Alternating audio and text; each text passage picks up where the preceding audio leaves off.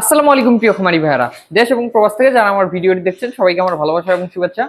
আমরা চলে আসলাম আপনার মাঝে নতুন একটা ভিডিও নিয়ে। তো প্রচন্ড গরম চলতেছে আমার যে দিনাজপুর অঞ্চল, মানে আমার যে অঞ্চলে, এখানে তীব্র তাপদাহ চলতেছে। তো আমার ম্যাক্সিমাম গরু কিন্তু এই সময় খাওয়া দাওয়া অনেকটা ছেড়ে দিয়েছে বলতে যে খাওয়া দাওয়া আগের মতো করতেছে না, অনেক খাওয়া দাওয়া কমায় দিছে। তো কুরবানি যেহেতু বেশি সময় নাই, এই সময় খাওয়া দাওয়া আসলে কমায় দিলেও সমস্যা।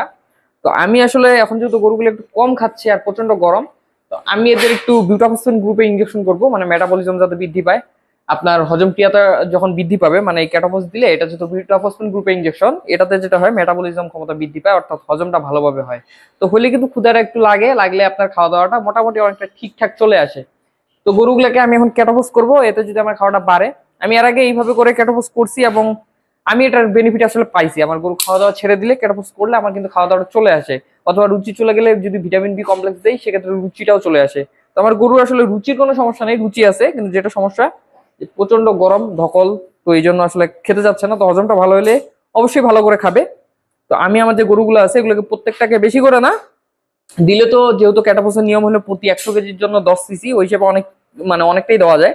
আমি প্রত্যেকটাকে অ্যাভারেজে 15 সিসি করে ক্যাটাফস করবো আজকে।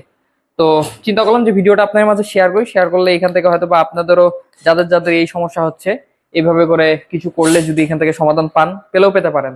তো আমি আসলে এখানে আপনারা বলতেছি না ডাক্তারের পরামর্শ দেওয়ার কথা, কিন্তু আমি যেহেতু এইভাবে করে আসলে বেনিফিট পাই বা পাইছি, বা আমি এরকম করি, আসলে ক্যাটাপসটা করি আমি, যদি আমার গরুর খাওয়া দাওয়ার রুচিটা অনেকটা কমে যায়। রুচি কমে গেলে দেই আসলে, এটা বলে ভুল হবে, রুচি কমে গেলে আমি ভিটামিন বি কমপ্লেক্সটা করি।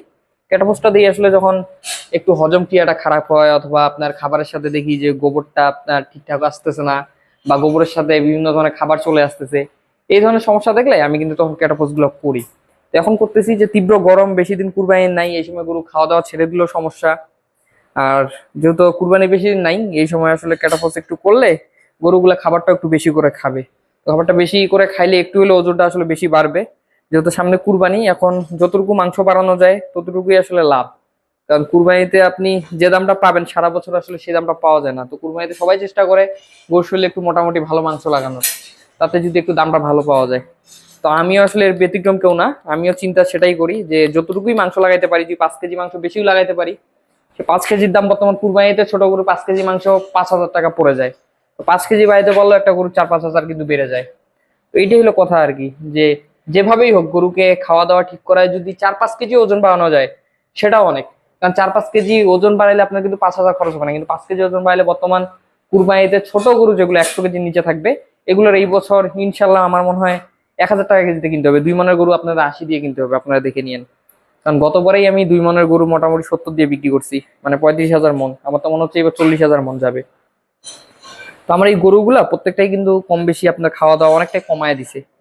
এখন আপনারা বলতে পারেন যে খাওয়া দাওয়া রুচির জন্য কমাইছে নাকি, রুচি কিন্তু এগুলো সব, মানে সবগুলো ঠিকই আছে। যেমন আমি যখন গোসল দিলাম তখনও মোটামুটি এগুলা খাইছে, কিন্তু গোসল দেওয়ার আগে তীব্র যখন গরমটা পড়ছে তখন কিন্তু এগুলো খায় না এই গরুগুলা। তখন ক্যাটাফসটা করবো, আমার মনে হয় 2-1 দিনের মধ্যে এই সমস্যাগুলো সমাধান হয়ে যাবে।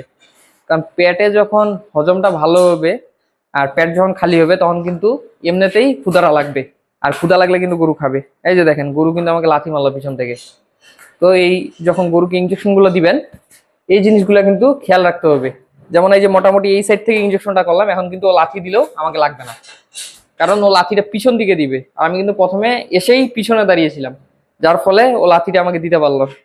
যাই হোক, তারপর লাথিটা আমাকে লাগে নাই, কপালটা ভালো। কারণ গরুর লাথি খাইলে কিন্তু অনেক সময় মানুষ ইনজুরিতে পড়ে যায়। তো ছোট বড় সবগুলোকে আমি অ্যাভারেজে 15 সিসি করে দিচ্ছি। এই একটা ভায়াল মোটামুটি যে কয়েকটা গরুকে দেওয়া যায় আর কি, 15 সিসি করে, প্রত্যেকটাকে 15 করেই দিব আজকে, বেশি করে দিব না। যেহেতু আমার এখানে ক্যাটাফস মানে প্রয়োজনীয় কোনো কারণে আমি দিচ্ছি না, আমি দিচ্ছি যে কুরবানির শেষ টাইম, আমার মনে হচ্ছে এখন একটা ডোজ দিয়ে দিলে ভালো হয়, এই কারণেই দিচ্ছি আর কি। এই জন্য বেশি করে দিব না, অ্যাভারেজে 15, প্রতিটাকে 15 সিসি করে দিয়ে দিব।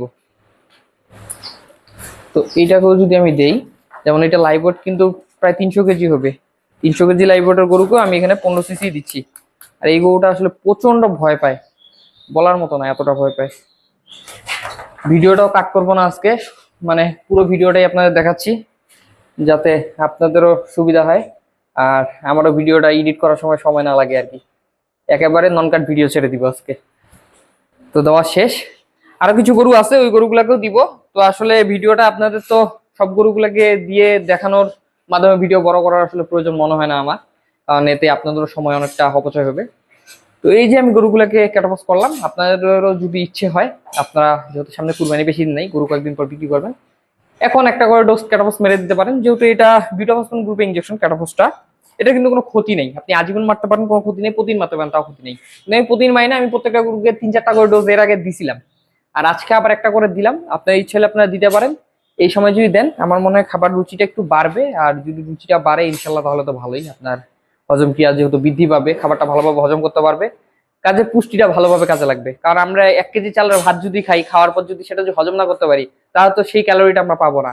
কিন্তু 1 কেজি ভাত খাওয়ার পর যদি সাথে সাথে হজম করতে পারি খুব সুন্দরভাবে, তখন কিন্তু সেই ক্যালোরিটা আমরা পাচ্ছি।